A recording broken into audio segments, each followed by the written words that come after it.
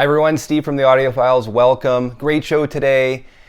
Very exciting news if you're a Mobile Fidelity fan. The next one step will be Eric Clapton's Unplugged. Super excited about that. Hopefully you guys pre-ordered that. I think I pre-ordered that about a year ago. I'm going to talk about that, and I'm going to also answer some of my viewers' questions about some MOFI products and other things going on in the Mobile Fidelity world. So stay tuned for that. And if you haven't already, please hit that subscription button, subscribe to my channel now. Please do that. When I get to 2,000 subscribers, going to be giving away some Mobile Fidelity albums. So looking forward to that as well. And we'll see you on the other side of the Audiophiles.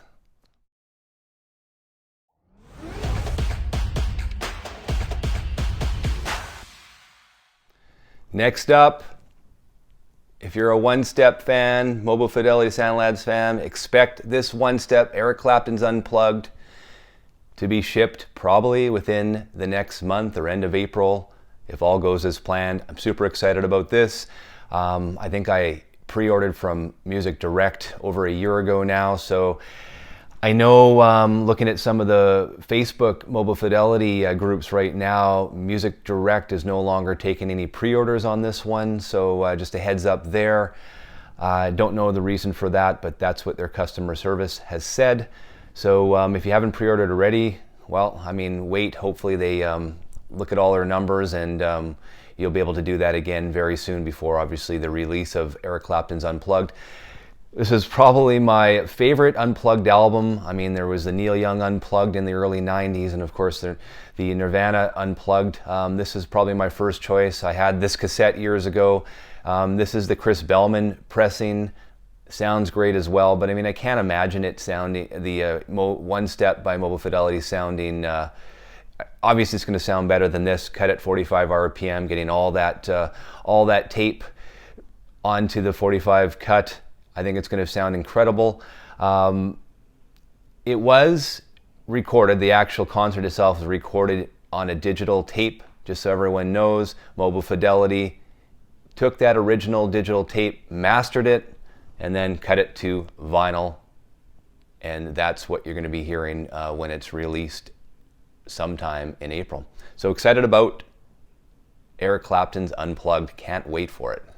Now, I wanted to answer some of my viewers' questions, and I wanted to thank customer service at Mobile Fidelity and the engineering staff in California for getting back to me with some of my questions and answering these questions from my viewers. So first off, here's the first question that was asked to me to forward to Mobile Fidelity. Here it is. Will you ask Mobile Fidelity if Tim Dept modified Studer A80 tape machine is always used for cutting, or do they have other machines in use like an ATR? So good question, thank you for that. So Tim D's modified Studer is always used to cut to vinyl, master to cut to vinyl. Now there is one instance, and here it is here, Bob Dylan's Love and Theft. Now the original master tape was a 1-inch tape, and Tim D's machine only plays half-inch and a quarter-inch, so Mobile Fidelity had to rent a Ampex ATR machine to play it back, but they still used their mastering and cutting machine to cut it to vinyl. So that's the only instance, just because this was a 1-inch tape, not a half-inch or quarter-inch tape. So I found that quite interesting. So again, thanks for that question. I hope that helps. Found that fascinating. Next question I have, again, thank you. How many Mobile Fidelity albums are pressed per stamper? How many limited quantity Mobile Fidelities per stamper? And how many one-step albums pressed per stamper? Does anyone know? Here's the answer to that. Now, in the regular Mobile Fidelity pressings, like the non-one steps, they will press anywhere from 500 to 750 max per stamper, and on the one step, it'll be anywhere from 500 to 1,000 max on the one step per stamper. So that is from the horse's mouth. I found that interesting as well, so thank you for that question. Now, I've had other viewers, and I know it's been a big conversation piece on the Mobile Fidelity Facebook group pages.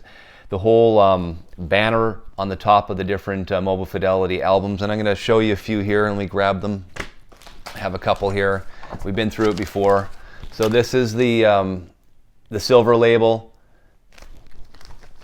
This is just your regular Mobile Fidelity, and you can see here they both say Mobile Fidelity Sound Lab on the top. One's silver label, one's not. So what are the big differences? And I did, about a year ago, I did a video on the silver label, but I just wanted to rehash it as well, just so we can make more sense of it. So silver label, not using the master tapes. They could never verify if the master tapes are being used, hence why it doesn't say original master recording on the top banner. Same goes with this. Mobile Fidelity cannot verify if they were the master tapes being used to cut to vinyl, so they put the Mobile Fidelity banner. They can only use the original master recordings, and we see it here, of course, if they can verify the master tapes are being used. Well, one of the big differences between the silver label and just the regular are pretty much the vinyl itself. The vinyl for the silver label is about 140 gram, and the regular one here, non-silver label, is 180 gram pressing. So that's the big difference. And some of you guys do have some silver labels, and you can see right on the label, right on the album itself, or in the jacket. And I know Dead Can Dance, their albums, I can't remember which one it is, but that was actually sourced and mastered from the original master tape. So it really depends on if they can verify if it's a master or not. And I think too, the silver label, I'm not sure, this is my own opinion on this one. Maybe it was, really to market Mobile Fidelity years ago and to really get more people and a broader market out there for the Mobile Fidelity product, and have a really interesting price point. As we know, they're a lot cheaper than just the regular album. So that might be one of the reasons why they started silver label. But again, silver label, nothing is sourced digitally, just so everyone knows. I know that's been a debate as well. They're not using a digital file for any silver labels. Okay, Mobile Fidelity uses the master tapes. If it's a digital master such as Donald Fagen, Nightfly, or Brothers in Arms, Dire Straits, or of course the Unplugged album that's coming out by Eric Clapton, those are digital tapes. They're using original mastered digital tapes and cutting to vinyl. So just wanted to make that clear. I hope that helps. Again, silver label, not the master tapes, or at least they couldn't verify the master tapes, hence why they have that. So I really hope that helps, and guess it's less confusing for everyone. Next question here. Will Mobile Fidelity consider manufacturing their patented lift lock jewel cases? Empty cases right now on eBay are going for $25 each. As you can see here, you guys probably have a bunch of these. The patented lift lock case. Very nice. So, will Mobile Fidelity reissue these again? The answer is no. It's just all about price point. Just too expensive these days to basically manufacture those jewel cases. So no, thank you for that question. They will not be coming back or being manufactured again. So there you have it there. Now I have another question. There's another question as well, SACD related. What's up with the Eagles Desperado? It has not been released yet. What is the delay? Good question there. So we know that Desperado, it's been released on One Step already. What happened to the SACD? Well, it's going to be released probably within a month. And what happened was there was a printing issue with all the SACD jackets, and they had to go back to the press and reprint them. So that has been the delay. If you guys have pre-ordered your SACD, they will hopefully be here within the month. So I'm excited about that, because I actually have a pre-order in for that SACD as well. So I'm excited to listen to that one. So thank you for those questions. Now, another big question that we have, I mean, I know it's debated a lot on, again, the different forums on Facebook. This is a One Step, as you can see. It's numbered. So this is the Eagles self-titled one-step, limited to 7,500. Mine is number 5,701. Now the question is, do the numbers on the box correlate with the actual albums being pressed? So I want to just show you here. I'm just going to grab an album. So when they press an album, they come out, obviously, let's say they press 100 at a time. The first one comes out, drops down on the spindle. The second one comes out, drops down on the spindle, third, etc. Then the technician, after the vinyl has cooled off, will start at the top of the pile. So if he has the first 100 pressed, he'll take the 100th album here, look it over, make sure quality control is there. He'll then take the jacket, which says, let's say 0001, and put number 100 in the first album jacket or one-step box, etc., down the line here. So in a way it's correlated, but it's not. It's not first album pressed goes in the first box that says 0001. So it's pretty much, if you have 100, the first 100 records pressed, number 100 is probably the first one that goes in the box that says 0001, etc. So that is the answer that I got. Now, no, it's not correlated, but it's pretty close as well. So there you go. I found that quite interesting. I did not know that as well, so I wanted to share that with you guys. So more questions. We've been talking about it for a while, the dreaded seam splits that some customers get. Now, I've been told that the defect rate on seam splits out of all the ones that are printed are around 2 to 3%. And all you need to do, guys, if you get a seam split, call up Mobile Fidelity's customer service. They will take care of you every single time. So please do that.